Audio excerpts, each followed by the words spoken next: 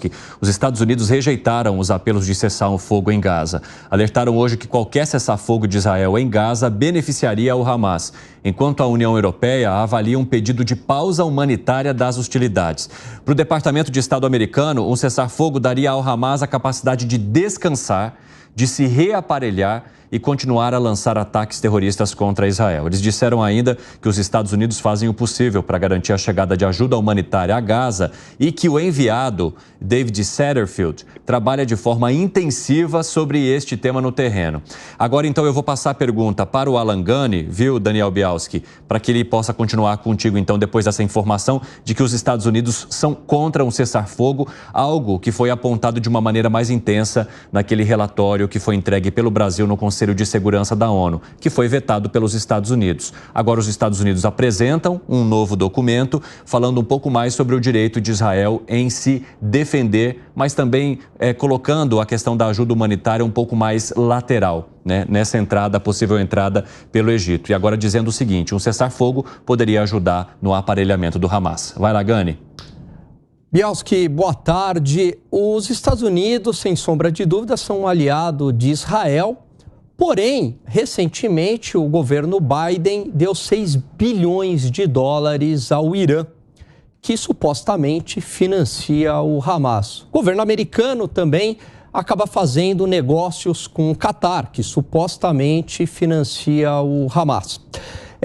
Lá atrás, os Estados Unidos e o grupo político de Benjamin Netanyahu, em certo sentido, apoiaram o Hamas, né? Eu digo em certo sentido porque deixaram o Hamas crescer, não cortaram o mal pela raiz, porque era de interesse, dado que era contra a OLP e depois a Autoridade Nacional Palestina. Como é que o senhor avalia essa contradição do Ocidente? Quer dizer, enquanto houver esse dinheiro, é muito difícil lutar contra esse terrorismo destes grupos bárbaros. Então, Gaza é administrada pela Autoridade Palestina há muitos anos. O Hamas tomou o poder em 2007, ganhando uma eleição contra o Fatah. Ele elimina todos os seus opositores. Mas voltando um pouco, antes disso, Israel tentou diversas vezes fazer um pacto de paz, um acordo de paz mesmo com a Autoridade Palestina, reconhecendo o Estado palestino e pedindo para que o Estado palestino ou o povo palestino reconhecesse Israel. Isso foi rejeitado por diversas vezes. Israel nunca apoiou o Hamas. Israel nunca apoiou nenhum grupo terrorista e nunca vai apoiar nenhum grupo terrorista. Israel é uma democracia.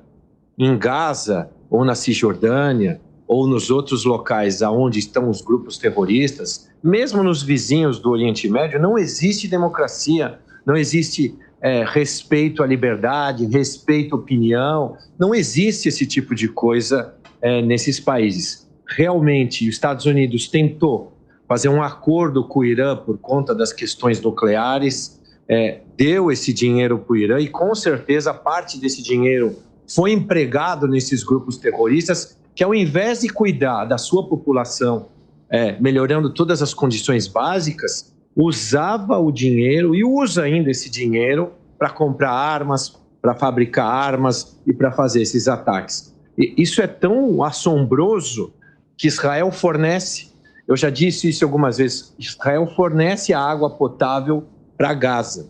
E os terroristas, eles cavaram a terra, tiraram aqueles tubos de aço lá, os tubos que são feitos para fornecimento de água, e usavam esses tubos para fabricar armas. Eles mesmos fizeram um filme mostrando isso. Então, é quase que impossível você sentar para conversar com alguém que tem essas práticas, que tem esses princípios. Eu volto a dizer, o mundo civilizado, as democracias, as grandes potências, têm que pressionar o Irã, têm que pressionar esses grupos terroristas para que o povo palestino fique independente, possa ter um líder que possa falar em nome do povo palestino para fazer um acordo de paz. Não interessa para Israel o cessar-fogo, porque esse cessar-fogo, como muito bem reconhecer os Estados Unidos, só vai servir para eles se armarem melhor,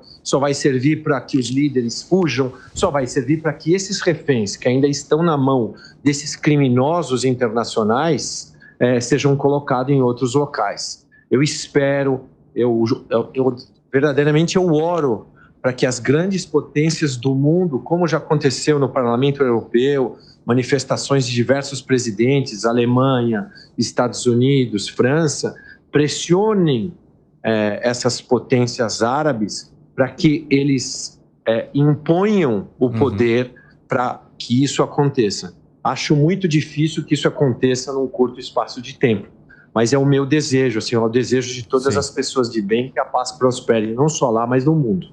Daniel Bialski, muito obrigado pela participação aqui conosco no 3 em 1. Até a próxima. Obrigado, parabéns ali pelo programa e eu fico sempre aqui à disposição para poder esclarecer o que for necessário sobre esse tema. A gente agradece, o espaço estará sempre aberto.